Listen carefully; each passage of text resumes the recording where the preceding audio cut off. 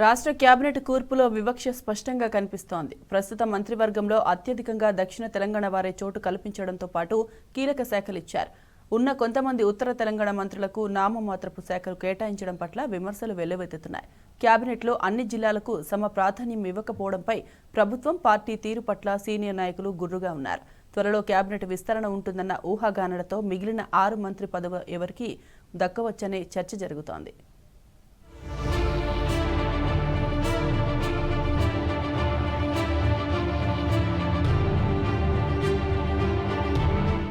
అధికార కాంగ్రెస్ పార్టీలో ఉత్తర తెలంగాణ పట్ల వివక్ష చూపుతున్నారన్న విమర్శ, వాదన చర్చనీయాంశంగా మారింది. రాష్ట్ర మంత్రివర్గ కూర్పులో ప్రస్తుతం దక్షిణ తెలంగాణ వారిది ఆధిపత్యం కాగా ఉత్తర తెలంగాణ వారికి నామమాత్రపు శాఖలు దక్కినట్లు వాదనలు వినిపిస్తున్నాయి. తాజా మంత్రివర్గ విస్తరణ, పీసీసీ అధ్యక్ష పదవి కేటాయింపులోనైనా ఉత్తర తెలంగాణ వారికి అవకాశం దక్కుతుందా అని ఆ ప్రాంత నాయకులు ఆశగా ఎదురుచూస్తున్నారు. ప్రస్తుతం ముఖ్యమంత్రి, ఉప ముఖ్యమంత్రి, స్పీకర్ వంటి కీలక పదవులు, కీలక శాఖలు దక్షిణ తెలంగాణకు చెందిన నాయకులకే దక్కాయి. ఉత్తర తెలంగాణలోని ఆదిలాబాద్, నిజామాబాద్తో పాటు రంగారెడ్డి, హైదరాబాద్, ఉమ్మడి జిల్లాలకు కూడా ఇప్పటి వరకు ప్రాతినిధ్యమే లేకుండా పోయింది. త్వరలో జరగనున్న మంత్రివర్గ విస్తరణలోనైనా ఈ 2 జిల్లాలకు ప్రాతినిధ్యం లభిస్తుందా, పీసీసీ పీఠం అయినా ఇస్తారా అన్న సందేహాలు వ్యక్తమవుతున్నాయి.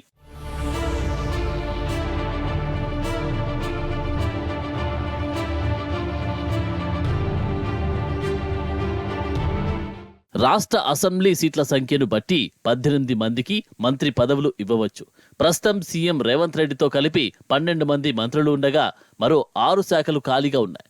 అయితే 4ని మాత్రమే భర్తీ చేయాలని సీఎం రేవంత్ రెడ్డి భావిస్తున్నట్లు తాజా సమాచారం.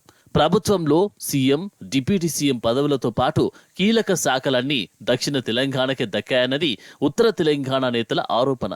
గతంలో ఉమ్మడి రాష్ట్రంలోనూ తెలంగాణ రాష్ట్రం ఏర్పడిన తర్వాత కూడా ఉత్తర తెలంగాణకు ప్రభుత్వంలో పెద్దపీట వేశారని వారు గుర్తుకు చేస్తున్నారు.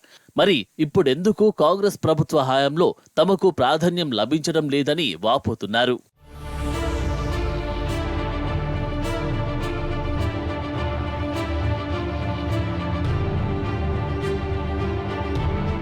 ప్రస్తుత మంత్రిమండలిలో దక్షిణ తెలంగాణ నుంచి సీఎం రేవంత్ రెడ్డితో పాటు డిప్యూటీ సీఎం బట్టి విక్రమార్క, మంత్రులు ఉత్తమ్, కోమటిరెడ్డి వెంకటరెడ్డి, తుమ్మల నాగేశ్వరరావు, పొంగులేటి శ్రీనివాసరెడ్డి, దామోదర రాజనరసింహ, జూపల్లి కృష్ణారావు ప్రాతినిధ్యం వహిస్తూ ఉండగా ఉత్తర తెలంగాణ నుంచి దుద్దిల్ల శ్రీధర్ బాబు, పొన్నం ప్రభాకర్, కొండా సురేఖ, సీతక్క మాత్రమే ప్రాతినిధ్యం వహిస్తున్నారు.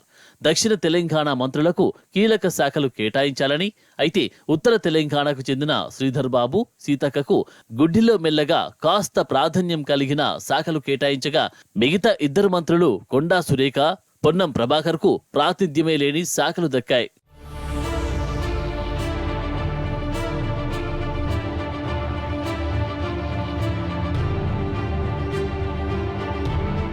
ఉమ్మడి ఆదిలాబాద్ జిల్లాలో 10 అసెంబ్లీ నియోజకవర్గాలుండగా ఇందులో 4 నియోజకవర్గాల్లో కాంగ్రెస్ ఎమ్మెల్యేలు గెలుపొందారు. అయినా జిల్లా నుంచి ఎవరికీ మంత్రి పదవి దక్కలేదు. వివేక్, వినోదులు దివంగత జి వెంకటస్వామి కుమారులు. వివేక్ కుమారుడు గడ్డం వంశీ ఇటీవల జరిగిన పార్లమెంటు ఎన్నికల్లో పెద్దపల్లి నుంచి ఎంపీగా గెలుపొందారు. ఒకే కుటుంబం నుంచి 3కి పదవులు ఉన్నాయన్న కారణంగా మంత్రివర్గంలో చోటు కల్పించలేదని చెబుతున్నారు.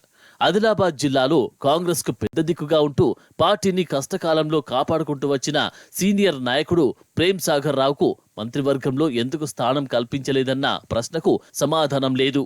కేవలం డిప్యూటీ సీఎం బట్టి విక్రమార్కకు ప్రేమ్ సాగర్ రావు సన్నిహితుడన్న కారణంతోనే ఆయనకు మంత్రివర్గంలో స్థానం కల్పించలేదని పార్టీ వర్గాలు ఆరోపిస్తున్నాయి.